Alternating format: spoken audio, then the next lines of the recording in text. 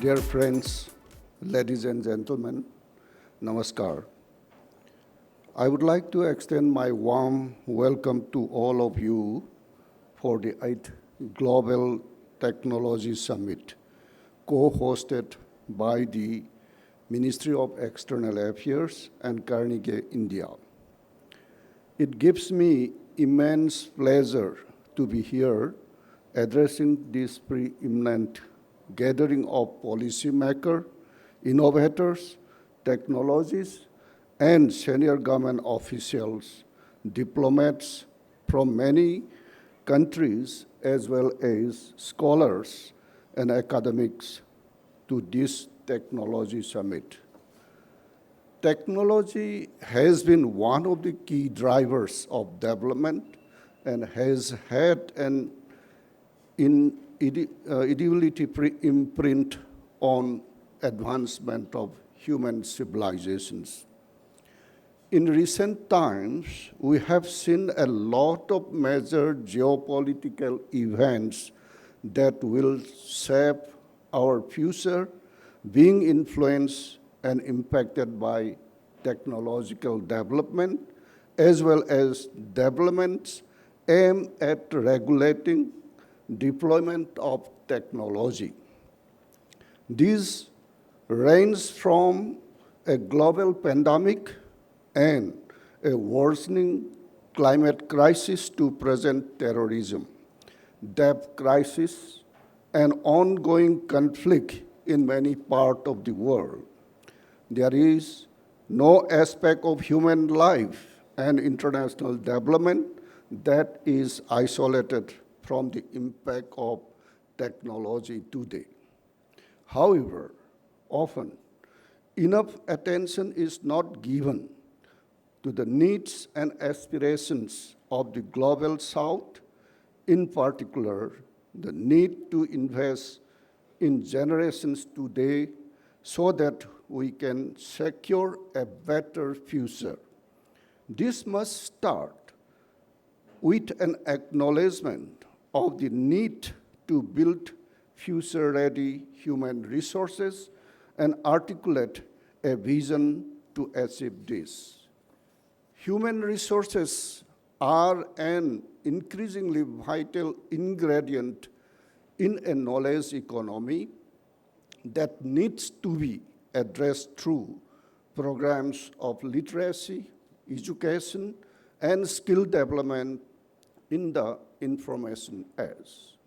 Human resource development has played a key role in enabling India to create its own 5G stack, invent its own COVID vaccine, and land near the South Pole of the moon.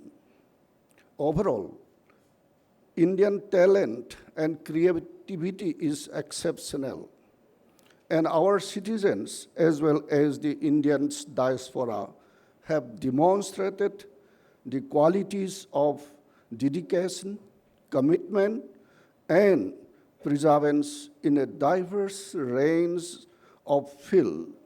Their contributions and achievement have been the result of a faithful dedication towards constant learning and relearning, which is the ideological ethos that permits our approach to human resource development as well.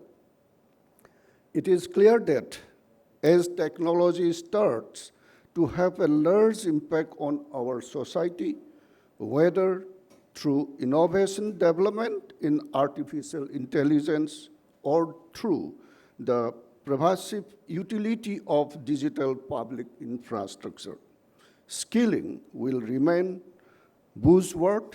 This global demand for talent, skill, and quality products and services will only increase with time. So will mobility and migration facilitated by international partnership with like-minded nations. This is also a reaffirmation of India's approach that the entire world is indeed one family. This is all the more relevant to the Global South, which had earlier largely been a passive recipient of technology patronage. There is a need to shift the focus towards creating a model of technology-driven globalization, and that works for developing and the developed world. This would need a Global South-led model of innovation, focusing on not just receiving technology, but also playing a larger and more active role in creating new technology. Therefore, constant attention to skill development is required.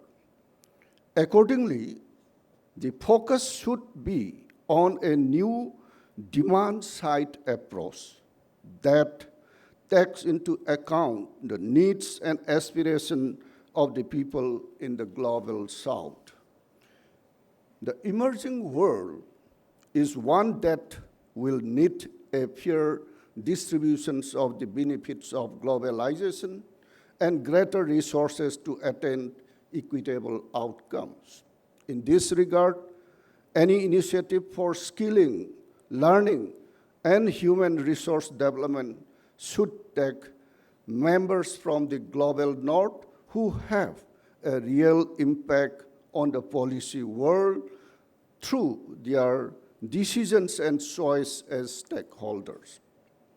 It is only through robust investment and the sharing of best practices and resources that we can ensure that human resource development become a fundamental pillars in the collective advancement of societies across the world. The digital technology era offers unprecedented opportunity to take education and skilling directly to the people. It would be vital for the developing world to utilize the opportunity to provide skilling, reskilling, and upskilling opportunities for their workforce, which is by building digital infrastructure. I urge our partner to invest and innovate in the digital education space and work collectively to develop technology ecosystem and learning resources, including in local languages that are affordable and easily accessible. Together, we can unlock the potential of billions of human beings across this planet. This was also the key message emanating from the Education Minister's session of the recently concluded second Voice of the Global South Summit on 17 November 2023. Harnessing digital technology to overcome the digital divides for all learners, as well as developing tools to skill and skill giver, that is educational institutions, and teachers to enable them to keep pace with the emerging trend and technological advances, including AI, are also reflected in the New Delhi Leaders' Declaration of G20 Summit held under India G20 presidency. In closing, I would like to congratulate Carnegie India for its relentless effort over the past 8 years to ensure that the think tank community in India plays an active role in building bridges between various constituents and stakeholders from diverse backgrounds in the technology domain. I would also like to acknowledge their effort with support from the Policy Planning Research Division of MEA to ensure that the Global Technology Summit remain one of the most preeminent conferences on technology and geopolitics. I am confident that the deliberation at this edition of the Global Technology Summit would enrich all of us by broadening the horizon of our thinking on technology-related issues and will throw up new ideas on putting new and emerging technologies for betterment of our society. Thank you.